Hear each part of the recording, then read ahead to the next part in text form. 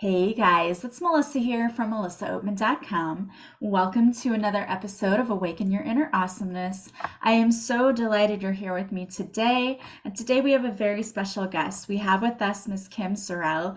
She has had quite a unique experience. She has spent the past few years of her life learning what love truly is, and she's helping others to experience that as well. After she lost tragically her husband to pancreatic cancer, she also suffered from a bout of breast cancer, and so it has actually changed her whole perspective in life. And she's here to tell us all about that and how she's working with people and helping them today. So, thank you so much, Kim, for being here. Thank you so much for having me. I am so interested to hear your story because I just read a little blurb about you, and just from what I've read, you seem like you have a very tenacious spirit and you've been through so much. And I personally know what it's like to watch someone suffer from pancreatic cancer and then succumb to that horrible disease. So I know that's a very difficult thing. I really can't wait to hear your story. But before you tell us about all the things that have happened to you, just tell us a little bit about yourself. Who is Kim, and how did you sort of get to this place in your life where you took this journey of helping people? Well, helping people has always been part of who I am. I love service. I love to serve. I love to give. I love people in general. And so I love meeting new people and helping people any way that I can. I'm an entrepreneur. I've had businesses since high school. I started my first business right out of high school, married the man of my dreams, and had babies. Got 5 kids and 11 grandkids. And I run a nonprofit organization, and I've written a couple books. I speak. I'm a love coach, and I'm enjoying that. And you're absolutely right. My passion is to spread the word about what love really is. And so you've had kind of a rocky journey so far, but it seems like the turning point for you was having to watch your husband go through having pancreatic cancer and then what happened after that. So tell us a little bit about that. Sure. Yeah. I was diagnosed with breast cancer. And 4 months later, my husband was diagnosed with pancreatic cancer. And from the beginning, our prayer was heal him, like some miraculous, wonderful, incredible healing, or the ultimate. I believe in an afterlife, of course. And so the ultimate healing of heaven, but please don't let him suffer. That was our prayer. And 6 weeks in, he we were doing great, watching Cash Cab, having fun together, playing some gin rummy, whatever, just being home together. And then he woke up one morning and was in pain. And before that, his pain was really well controlled. And so didn't have these bad moments, a bad moment of pain. So I called the hospice nurse, and she was there very quickly and gave him some more morphine and to relieve his pain. And he was sitting on the edge of the bed, and I was holding him from behind because I didn't want him to fall off the bed. But laying down was hurting him. It was uncomfortable. And so he was sitting up, and he was just kind of rocking, and I could feel his pain. And the hospice nurse was on the phone in our bedroom, right, standing right there. And I'm like, do I call my kids? And she said, oh, no, no, no. He's got lots of time, lots of time. And I just didn't feel like that. And I said, are you sure? Because, oh, yeah, no, no, he's got lots of time. She's on the phone ordering a hospital bed and equipment, a commode, whatever she was ordering. And because I was feeling him so strongly, I whispered in his ear. I just said, baby, just go. And that was it. He never took another breath. And which was definitely merciful. You've seen your mom go through it. I mean, how bad it is and how bad it can be. And for him, that was the most merciful way, I think, for him to go. Even though the doctors thought he'd live a lot longer than 6 weeks because he was young and healthy and whatever, but I six feel weeks, like they just don't know. they I don't know. don't think they Right. know. Because they told my mom she had like 6 more weeks and she passed away a few days later. Oh, So wow. Yeah. I just don't Yeah. think they know. I think you're right. They don't know. And I mean, it's reasonable, right? They don't have a crystal Yeah. ball.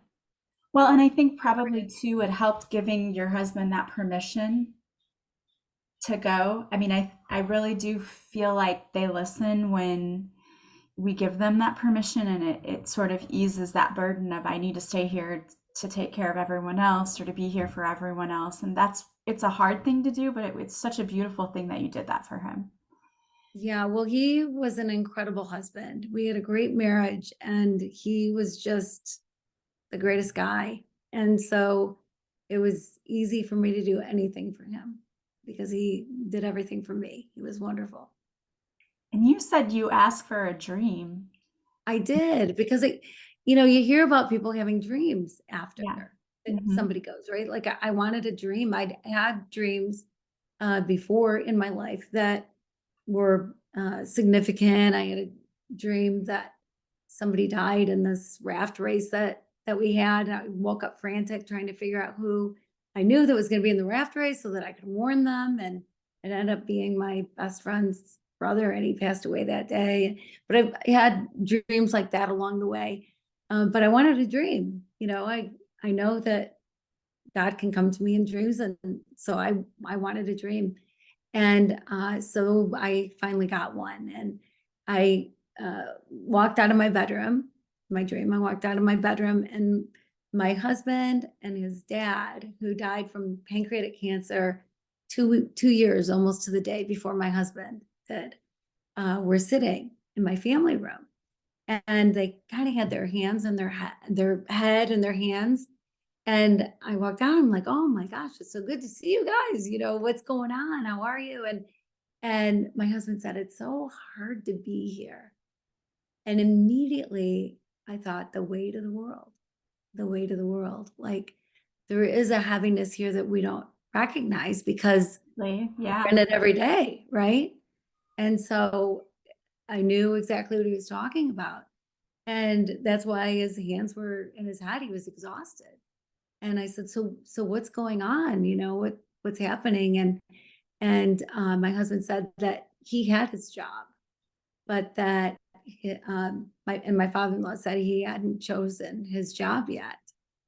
And I uh, think I think the afterlife is much like this life, that we'll have jobs, and it's just we won't have war, or sickness, of hopefully, whatever. Yeah. But so, and then my husband told me that he was working in the sacristy. And that's not a word I ever use, ever. Yeah. But I immediately knew that that sounded exactly right for him, exactly right. And you know how people will joke, oh, you're a golfer, you're going to be up in heaven golfing, or you're going to Yeah. be, cooking, whatever. And I never would have thought that as a job. And that made so much sense. And so then he said, it's so hard to be here. And I said, I get it. I said, just you can go, it's okay. And that was it. That was my dream. Wow. That's fascinating. But even more fascinating, too, is what happened to you after your husband passed. You were chased by a motorcycle gang. You were sleeping with tarantulas and snakes. So you have to tell us a little bit about this. So, how did you get to that point? What led up to that?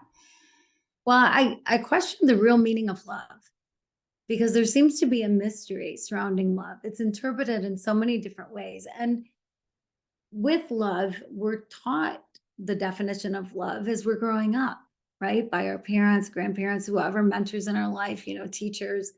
We see love demonstrated, or what we think is love demonstrated. And there's so much done in the name of love that's not love, and things said in the name of love that are not love.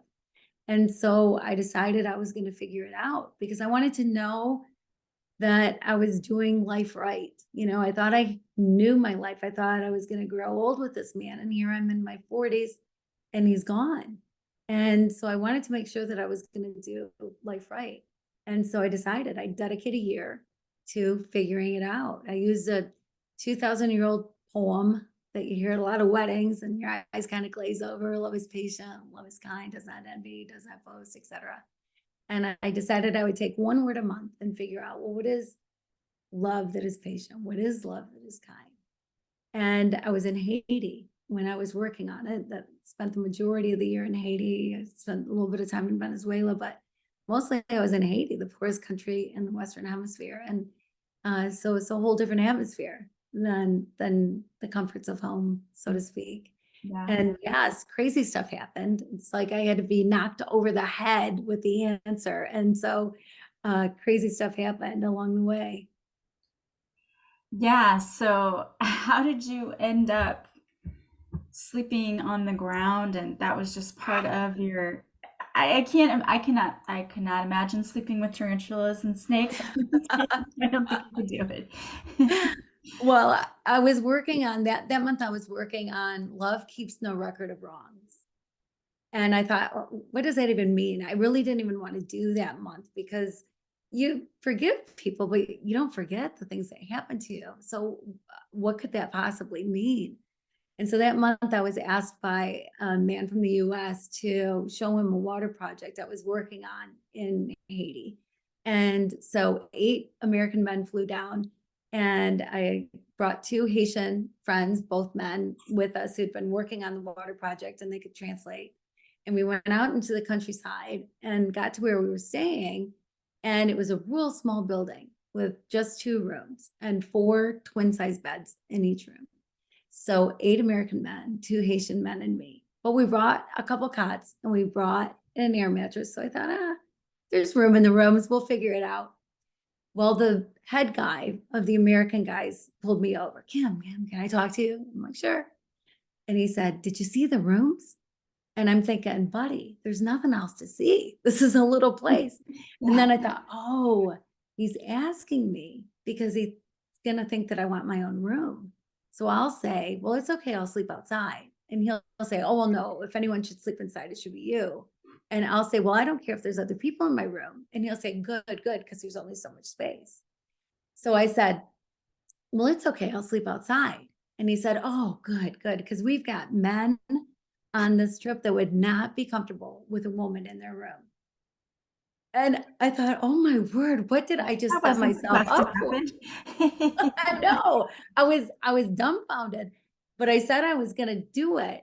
And so I had to figure it out. And there was a piece of plywood that was held up by a couple wooden structures. I thought, well, if I put the air mattress under there, at least I won't get wet.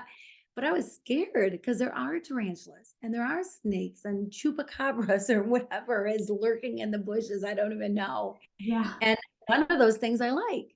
And they could crawl on me at any time or whatever. And who knows what would happen. And so the first night I went to bed and the air mattress held air for about an hour. And then I was laying on gravel and it was really loud. Dogs were barking, horns were honking. Finally, that died down sometime after midnight, probably. And then, like 2 a.m., the voodoo drum started in the distance. And that lasted for a couple hours. And then finally, I was able to doze off and get some sleep. So, first night came and went, all was well. Second night, same thing. I'm on gravel, the dogs, the horns, the voodoo drums. Finally, I'm asleep. But I woke up because there was something on my leg. And I thought, oh my word, does Haiti have the anti-venom to whatever it is that is about to bite me? Or can I get airlifted to Miami before I lose a leg or whatever? So I didn't want to jerk and have it bite me immediately. You know, I wanted to see what was going on. So I slowly lifted my head and I slowly opened my eyes. And it was a chicken. There was a chicken on my leg. And I didn't know whether to be happy that it was a chicken and not something worse, or mad because it woke me up from the little bit of sleep I was getting. So the third night, same thing, gravel, the noise, whatever, but nothing happened. Fourth night, same thing, gravel, the dogs, the horns, the voodoo drums. Finally, I'm asleep. And again, I woke up because again, there was something on my leg. And again, I was scared to death. And so I again slowly lifted my head and slowly opened my eyes. And again, it was the dang chicken. And again, I didn't know whether to be mad or happy. But that night, we had chicken for dinner. So the 5th night came and went without incident. All was well. And I got to say, at first I was mad. I was bitter. I thought, who do these guys think they are? I'm all about equality, but this isn't equality. This is, Kim, you're less than everybody else, and so I didn't get it. I thought, who treats people like this? I didn't understand it. And then I thought, bitterness only hurts me. They don't even know I'm mad. I offered to sleep outside. Like, how can I be mad at them? I mean, like, that's not right. Yeah. Then I thought, I've been working on love doesn't keep a record of wrongs. And it finally occurred to me then what it meant. And what it is, yeah, we don't forget the stuff that happens to us, but the narrative changes, the tone of the story changes. So instead of these rotten guys that did this rotten thing to me, it's kind of a funny story. And I could now sleep anywhere in the world and be perfectly comfortable. So it's the tone of the story because we get to pick that. We get to choose the tone of the story. So bitterness goes away and that resentment goes away and just the narrative changes. Yeah. So true. And so when you are, because I know you're on this mission now to really teach people what love truly is, how are you doing that? So what, I know it's probably not just a simple one sentence thing, but how has your perspective maybe changed on what No, love is? yeah, my perspective changed a great deal. I realized that there are things we're taught about love that are not love for sure, and common myths about love. And one thing is that I think it's easy to think of love as an emotion or a feeling, and it's not. It's not. Fear is. You watch a scary movie, you go to bed, you hear every bump, every creak, everything, right? Because Yes. the fear. But you don't live in fear. You don't live in fear. Love you live in. Love embodies you. Love is who you are. How you choose to love, how you choose to demonstrate who you are is up to you. But love is the embodiment of you. And it's not a feeling, not an emotion. But quite often we're taught that love is a two-way street. We hear that all the time, right? Love is a two-way street. It's not. Love is a one-way street. Love is on you, period. If I gave you money and you gave me a pair of jeans, that's a transaction. If I give you love to get love, that's a transaction. Love is not a transaction. Once you do anything in the name of love, expecting something in return, relying on something coming back to you in return, but that's not love. You're just doing something to get something. Love gives love, period. You have no control over what comes back to you. Love is special in that quite often love does come back to you. But if you're giving it to get it, you're setting yourself up for heartache and disappointment because you don't control anybody but you. You have no control over anyone but you. So all you can control is the love that you give, the love that you live. And so it is definitely a one-way street. It is not a two-way street.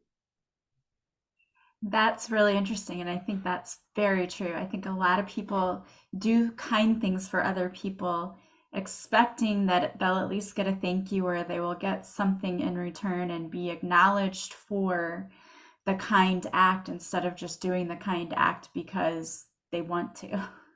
Right. That's so true. You hear people say that, or I went to their daughter's wedding. Where are they at mine? Whatever. But that again, then you're doing something to get something, and that's not love. It might be kind or it might seem kind, but when you do show love that is kind, when you do something kind for someone, expecting nothing in return, it's a whole different feeling.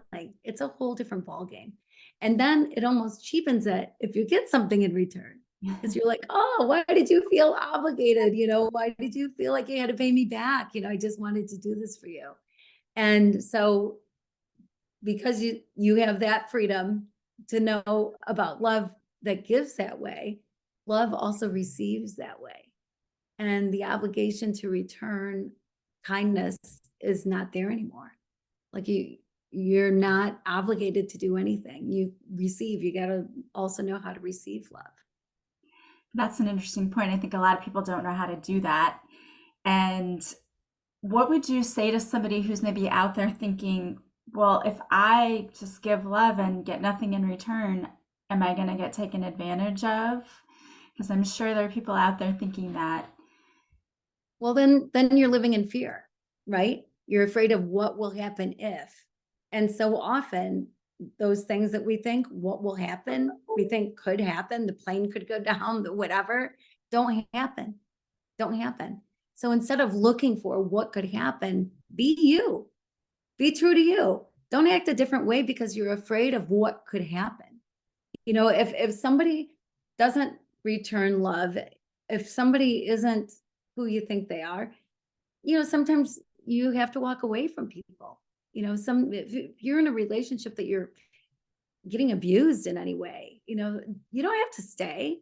Love wouldn't say stay. Love would say the opposite. Love would say walk away. Because by staying, you're enabling the person to stay in that behavior and not grow. If you really love them, you walk away. You walk away. And so you can't live in this fear of what could happen. Be you. Just be you. I love that. And I want to talk to you about your book too, because I know that you wrote a book called Love Is. So tell us a little bit about that. So I wrote it as I was doing it. And so I start out each chapter with what I think it's going to be. Love is patient, and we know what patience is, right? We're not honking our horn for stuck in traffic, or whatever.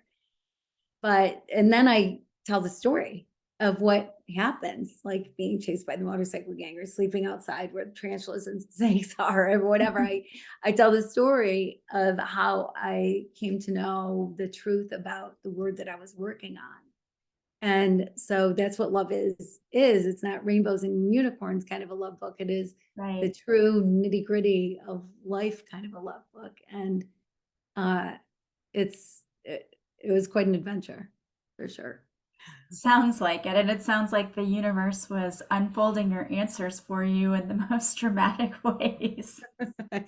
Yeah, mostly having to hit me over the head with them. I Yeah. think was the issue. I wasn't paying the right kind of attention. That's too funny. And so, besides writing your book, what else are you doing these days? I know you do work with people to help them kind of figure out what is the true meaning of love. Because, as you said, I think so many of us get conditioned as we're younger to think of love as being conditional. And so Right. now it's all about unlearning what we've learned and learning new things. So, how are you helping people do that? Well, I'm a love coach. And so I'm working with people in groups or working with people one-on-one, and amazing things are happening. Uh, it's amazing how just understanding what love really is, and then looking at your life and going, am I living that way? Am I loving that way? Am I really getting it? Look, because there's so many things, right? Like people will say, well, I love everybody, but those darn Democrats, or I love everybody, but those Republicans, well, then you don't love everybody.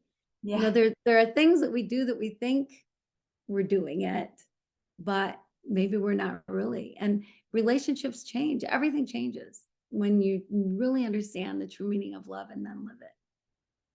Have you seen when you work with people, perhaps people who are in relationships that maybe were struggling a lot, who once they start really learning what love is all about, it completely shifts the relationship dynamic? Yeah, absolutely. Absolutely. The couples staying together. If you think about it, really one person can change a relationship. Quite often going back to expectation, right? And not expecting anything in return. Well, quite often we don't do the things in a relationship that we really should do because we're going, well, where are they? Where's their responsibility? Why aren't they stepping up? Right. But people don't control your happiness. The minute you let other people control your happiness, you're going to be sad, you're going to be miserable. Like, why live that? Choose your own happiness. You get to pick it. And so if it's you having to change, you having to be the one to make the relationship better, then why wouldn't you? You love that person, or at least you did when you said I do. Yeah. So figure out what it is that needs to bring you back there. Good advice. I love that.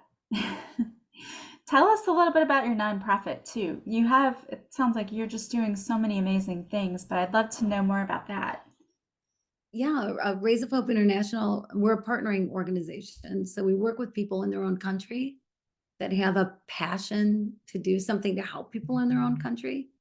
And they already understand the language, they understand the true need, they understand the culture, but they just need someone to walk alongside. Maybe they need some funding for a building, or they need a business plan to make it all work, or a sustainability plan for sure. But it's hard to have schools without pencils, or a medical clinic without equipment. And so sometimes that's what it is they just need equipment. So that's what we do. We work with people in a few different countries and do what we can.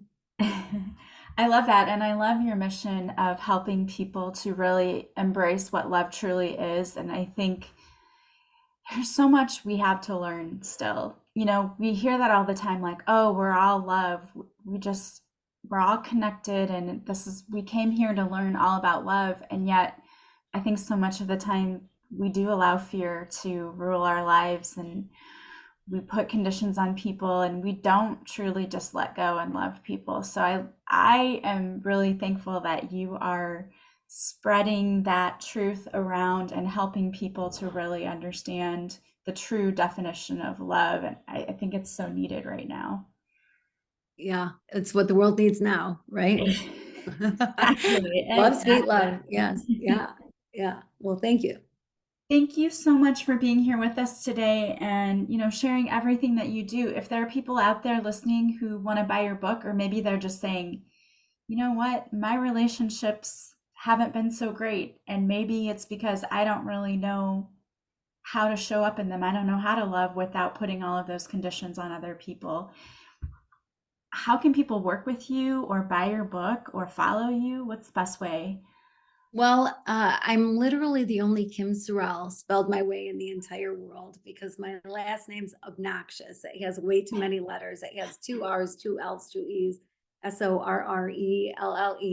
KimSorrelle.com is my website.